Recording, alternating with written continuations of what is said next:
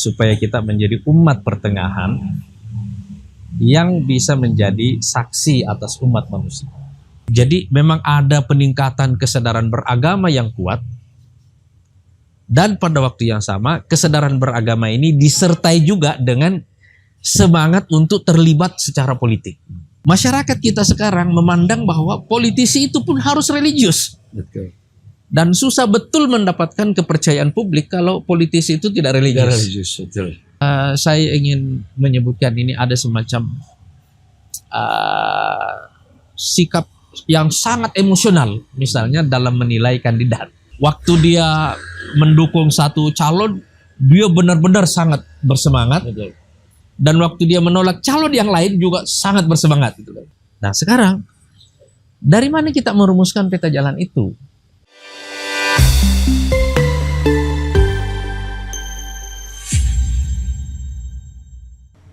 Assalamualaikum warahmatullahi wabarakatuh. Salam Gelora, semangat Indonesia. Kembali bersama saya Deddy Minggumlar dalam Anies Mata Menjawab di episode ke-28. Pasti sahabat Gelora agak aneh pakaian saya. Jarang-jarang seperti ini, pakaian formal partai tapi berpeci. Kebetulan look yang seperti ini adalah dalam kondisi saya tidak ingin mengatakan darurat ini, tapi dari sisa perjalanan kami dalam roadshow keumatan di Provinsi Jawa Barat. Kita akan mengevaluasi dalam perjalanan ini, dan ini pun pembuatan video ini kami bersama Pak Anies Mata. Ini di tengah perjalanan pulang dari Tasikmalaya dan Ciamis menuju Jakarta. Berhenti kami makan malam di Nagrek, lalu kami ambil kesempatan karena hari Senin harus tayang dan menjumpai Anda hari ini. Nah untuk itu saya kira kita akan langsung saja perjalanan yang kelima ini setelah Kabupaten dan Kota Bogor, kemudian juga Bekasi, Karawang, Purwakarta, kemudian Bandung Raya, Sukabumi, Cianjur, dan sekarang baru pulang dari Priangan Timur di antara Tasikmalaya, Garut, dan Ciamis. Semoga Anda sehat semua. Saya akan menemui Bapak Anies Mata. Assalamualaikum. Waalaikumsalam warahmatullahi wabarakatuh. Salam Gelora. Semangat Indonesia. Sehat ya? Sehat. Saya bahagia dan bangga lihat Pak Anies dalam keadaan lelah capek. Kita dengan bis kita berjalan menuju Ciamis, kemudian Tasikmalaya, ya, kemudian Ciamis, tapi masih tetap diberikan kekuatan kesehatan. Amin. Alhamdulillah. Nah, Pak Anies, dalam perjalanan ini kan kita sudah 5 titik di Jawa Barat yang kita lalui.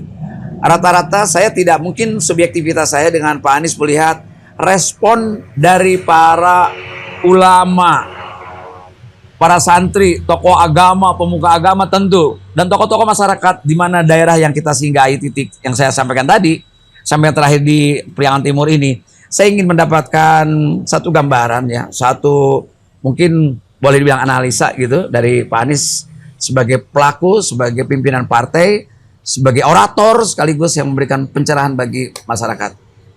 Tanggapannya paling tidak random mungkin dari setiap sisi, tiap titik itu ada perbedaan-perbedaan atau tidak. Silakan Pak. Terima kasih Pak Ming. Ya. Saya mau menyapa pemirsa dulu ya. Kita ketemu lagi di episode yang ke-28 ya. Ya. Ini kita lagi di rumah makan Asep Strawberry. Asep Strawberry ya. Saya benar-benar menikmati nasi liwet di sini soalnya. Jadi saya punya satu kesan umum dan sekaligus kesimpulan saya dari 5 kali dialog keumatan yang kita adakan di 5 titik di Jawa Barat ini. Bahwa umat ini perlu peta jalan. Sebentar. Umat ini perlu peta jalan. Ini mesti dijelaskan nih. Bukan provokasi. Bukan provokasi. Yang selama kita dengar mungkin lebih banyak provokasi dibanding rakyat diberikan arahan peta jalan. Ya. Jadi apa yang kita maksud dengan peta jalan? Peta jalan ini adalah semacam tahapan perjalanan yang harus dilalui umat menuju kebangkitan besarnya. Supaya dia kembali memainkan perannya. Kalau dalam bahasa Al-Quran itu wa kadzalika ja'alnakum ummatan wasatan litakunu syuhada'a 'alan nas. Jadi supaya kita menjadi umat pertengahan yang bisa menjadi saksi atas umat manusia. Umat pertengahan yang bisa menjadi saksi bagi umat manusia seluruh.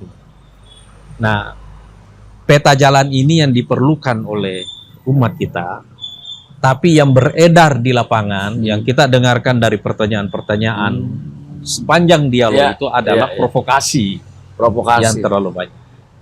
Nah, memang saya juga melihat bahwa pertama kita bersyukur ya bahwa umat kita ini dan khususnya para ustadz-ustadz akar rumput yang kita temui ya, yang kita temui sepanjang dialog keumatan ini, dan kita rasakan juga di bawah, pertama ini benar-benar mempunyai giroh, mempunyai semangat keagamaan yang kuat, dicampur dengan semangat keterlibatan politik. Jadi memang ada peningkatan kesadaran beragama yang kuat, dan pada waktu yang sama kesadaran beragama ini disertai juga dengan semangat untuk terlibat secara politik. Ini sebuah kemajuan ya tentu ya. Ini kemajuan yang luar biasa. Kita sejak tahun 2006 ya, saya secara reguler melakukan satu survei tentang apa yang berubah dalam pikiran umat dalam kaitan kesadaran mereka tentang agama dan negara, tentang Islam dan politik. Saya menemukan satu fakta bahwa yang kita temukan di dalam survei ini, itu juga yang kita rasakan betul di lapangan. Betul. Bahwa memang ada peningkatan kesadaran beragama yang kuat di tengah masyarakat. Itu ya. Kalau dulu misalnya kita lihat ya, contohnya misalnya jilbab buat ibu-ibu ya. Betul. Kan kita merasakan kalau dulu, kalau pakai bahasa orang kiri ini kan masyarakat proletar ya. Atau bahasa yang sering kita dengar dalam politik ini wong cilik. Iya kan? Kalau pakai bahasa agama kita ini kan kita lihat masyarakat duafa di bawah mustadafin ini. Itu pada pakai jilbab semuanya. Iya kan? Di bawah ibu-ibu, anak-anak, semuanya pada pakai jilbab. Artinya memang ada peningkatan kesadaran beragama yang luar biasa. Dan pada waktu yang sama juga ada keinginan yang kuat untuk terlibat dalam aktivitas politik. Sehingga umat kita ini memang mudah betul untuk dimobilisasi. Karena ada kesiapan itu, ada keinginan itu, disertai dengan kesadaran. Kita tidak bisa lagi sekarang menemukan ada orang yang memisahkan antara agama dan negara, antara Islam dan politik. Udah nggak ada. Artinya apa? Era sekularisasi ini selesai di Indonesia. Walaupun di sisi lain ada yang teriak-teriak soal politik identitas. Iya. Era ini selesai, benar-benar. Era pemisahan agama dan negara ini benar-benar selesai. Masyarakat kita sekarang memandang bahwa politisi itu pun harus religius. Betul. Dan susah betul mendapatkan kepercayaan publik kalau politisi itu tidak religius. Betul. Ya. Ya. Di luar dari sifat dia atau kesalehan pribadinya, orang juga menilai punya tuntutan bahwa dia memperjuangkan kepentingan umat. Jadi ada tuntutan kepada kesolehan kandidatnya. Ya. Juga pada waktu yang sama juga ada bargain. Mereka ingin bahwa agenda mereka diperjuangkan oleh kandidat tersebut. Ada tuntutan kompetensi, kapasitas dan lain sebagainya. Ya? Jadi orang sekarang menyatukan agama dan negara bahwa itu satu hal yang tidak bisa dipisah-pisah lagi.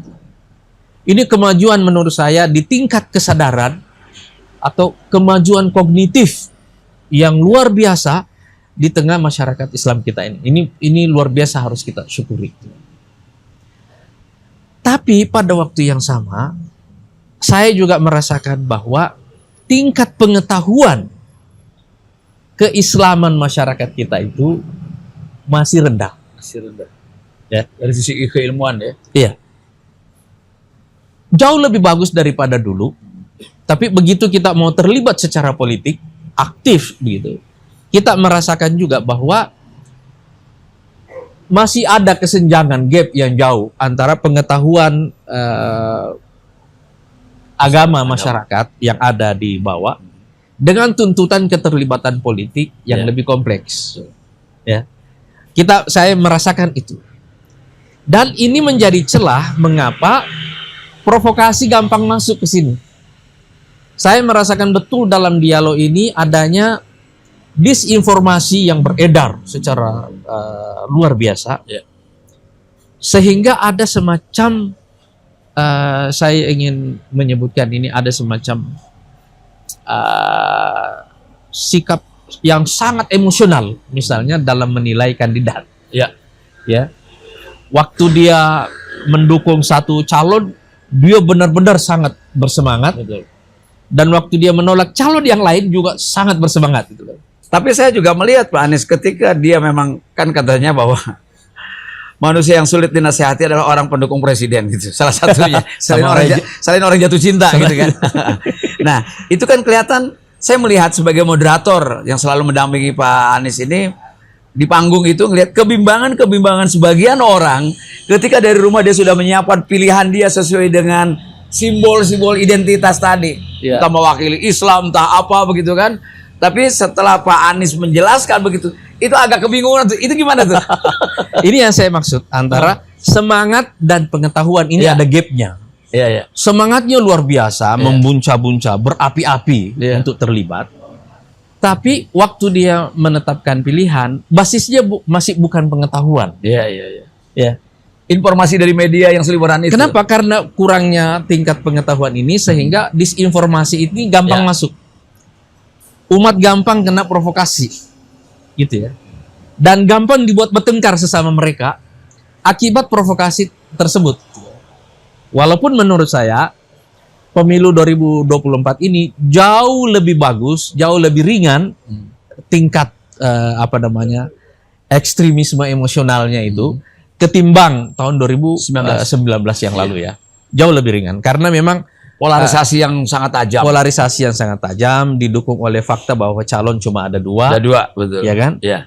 Dan memang ada sikap saling berhadapan secara diametral. Diametral. Gitu ya. Betul. Kalau ini kan calonnya ada tiga dan agak sulit membuat diferensiasi berbasis religiusitas. Gitu. Walaupun tetap provokasinya sangat tinggi. Walaupun provokasinya tetap sangat tinggi. Tapi kita mengevaluasi bahwa ini antara kesadaran beragama yang bagus, semangat untuk terlibat secara politik yang bagus, tapi ada gap dengan tingkat pengetahuan yang relatif masih rendah. Ya.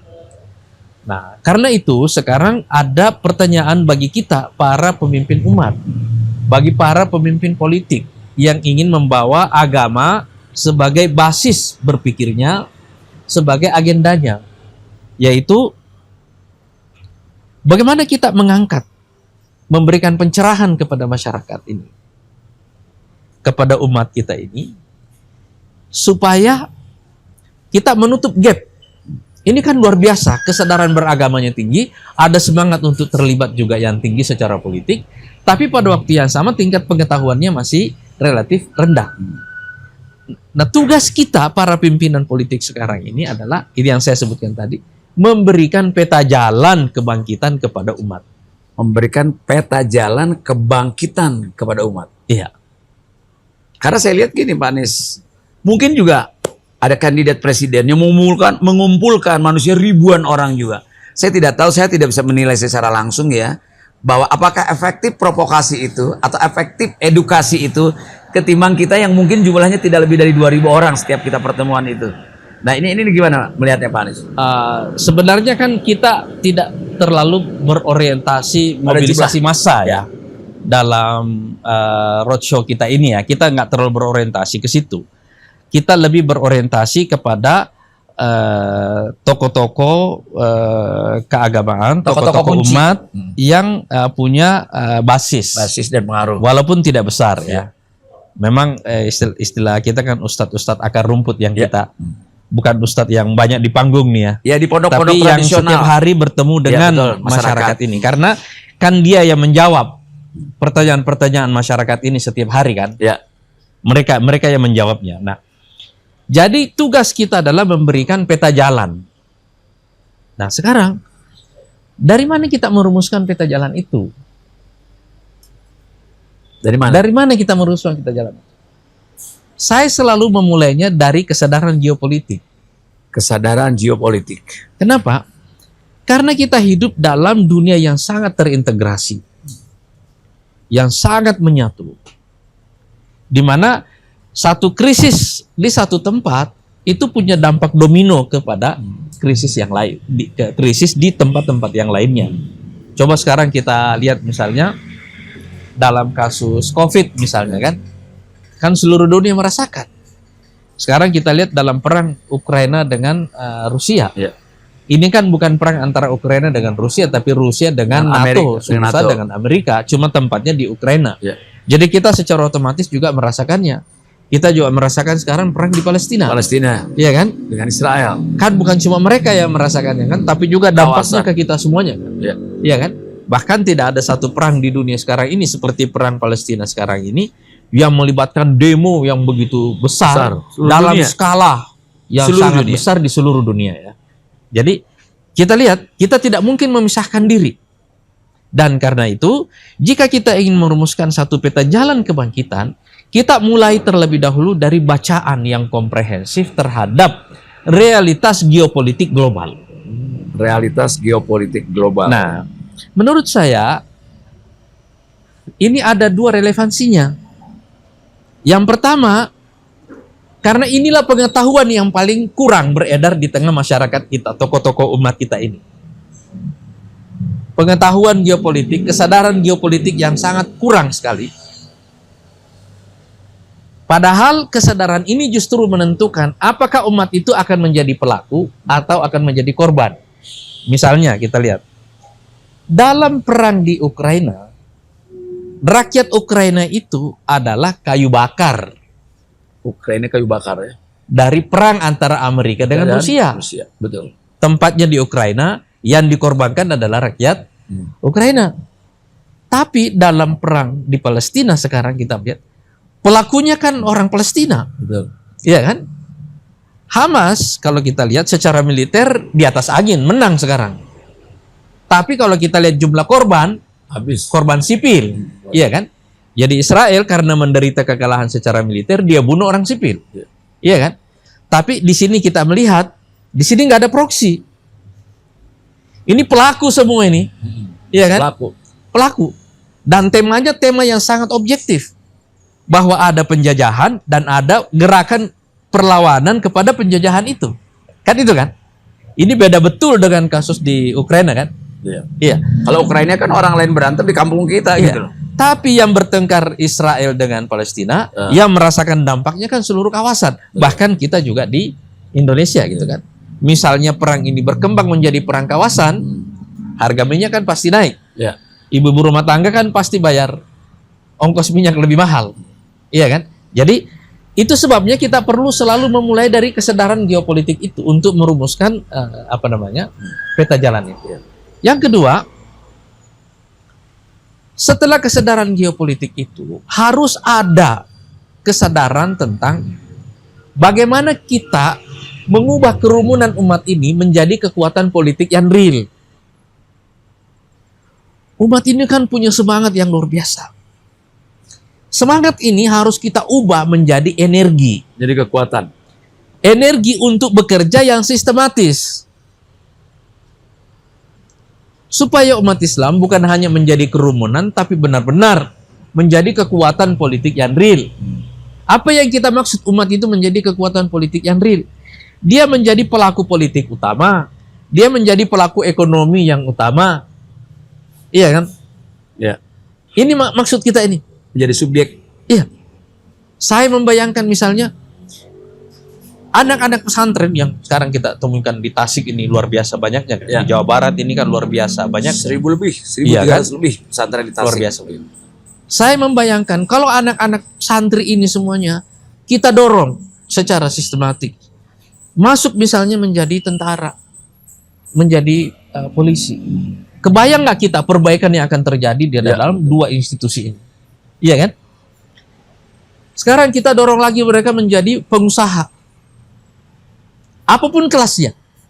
Kebayang nggak kita bahwa suatu waktu pasar ini didominasi oleh kaum santri, oleh umat, iya kan? Ini yang kita maksud supaya mereka menjadi kekuatan utama. Tapi sekarang kan kita bicara misalnya, kita marah atas kemiskinan yang kita rasakan, ya kan? Kalau kita bicara ada 10% umat bangsa Indonesia yang miskin, kan maksudnya umat Islam, iya kan? Kita marah. Kita marah karena ada ketimpangan misalnya antara pribumi dan non pribumi. Iya. Tapi kita tidak punya langkah-langkah untuk menghilangkan gap itu. Iya, iya, iya. Iya kan?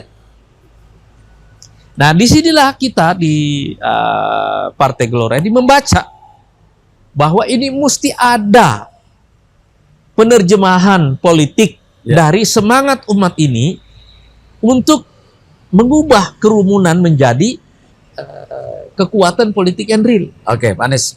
Tadi kan Pak Anies sudah mengatakan bahwa sesungguhnya mereka tidak memiliki peta jalan kecuali bunyi-bunyian di kanan kiri setiap saat provokasi terhadap bahkan menyesatkan. Itu satu. Yang kedua, kesadaran tentang geopolitik. Mereka tidak sadar. Bahkan saya kira bukan persoalan akar rumput yang tidak berpengetahuan. Yang berpengetahuan pun tidak semuanya punya kesadaran geopolitik bahwa kalau ribut di sana dampaknya ke kita belum tentu dia paham. Nah, ini bagaimana cara mengedukasi kita melalui Partai Gelora ini agar menjadi satu kekuatan. Tadi kan betapa hebatnya kalau anak-anak santri yang berakhlak, beradab, berilmu, lalu menjadi fungsi-fungsi seperti tentara, polisi, karena kan jauh lebih baik mungkin secara mental spiritualnya gitu. Itu proses delivery-nya itu gimana? Nah, sekarang coba kita lihat terlebih dahulu. Kita bicara secara sistematika dulu ya. Kita bicara angka-angka makro dulu. Kalau kita bicara misalnya kemiskinan, kan kita bicara umat Islam. Ya, karena mayoritas. Iya kan? Kalau kita bilang angka kemiskinan di Indonesia itu misalnya 10% misalnya. Ya ada betul angkanya ya. Ya. Kan saya kira pemerintah juga sensitif. 1 digit, 2 digit itu kan bisa sensitif ya. Tapi ambillah misalnya, kita ambil dulu angka 10%. 10% itu kalau secara nominal kan hampir 30 juta. Iya. Begitu kita bicara hampir 30 juta orang, itu kan kita bicara umat Islam. Ya, betul. Iya kan? Sekarang pertanyaannya, bagaimana memutus mata rantai kemiskinan? Kemiskinan dan kebodohan itu biasa aja partner. Saudara sepupu. Iya kan? Misanan dia tuh. Nah, disinilah kita melihat misalnya, kenapa agenda seperti memberikan bantuan kepada ibu hamil. Ya. Agenda ya, yang kita perjuangkan sekarang ini. Iya kan? Bantuan gizi untuk ibu hamil. Ya. Wajib belajar jadi 16 tahun. Ya kan? Sampai kuliah gratis. Kemudian ada makan siang gratis di Memberikan sekolah. nutrisi bagi anak-anak sekolah. Kan sama saja kita mengatakan bahwa negara mengurus rakyatnya dari sejak dia ada dalam kandungan ibunya sampai kira-kira dia berumur 22-23 tahun. Ya. Kan kira-kira begitu kan? Kita mengatakan begitu. Supaya negara ini mengubah masyarakat kita menjadi masyarakat yang berpengetahuan. Nah, Pak Anies, ini di lapangan sebagai caleg di dapil kan, masa sih Pak Ming orang hamil aja diurusin negara gitu. Itu kan sesuatu apa ya? Sesuatu temuan, sesuatu fenomena, sesuatu yang aneh. Ya kan begini.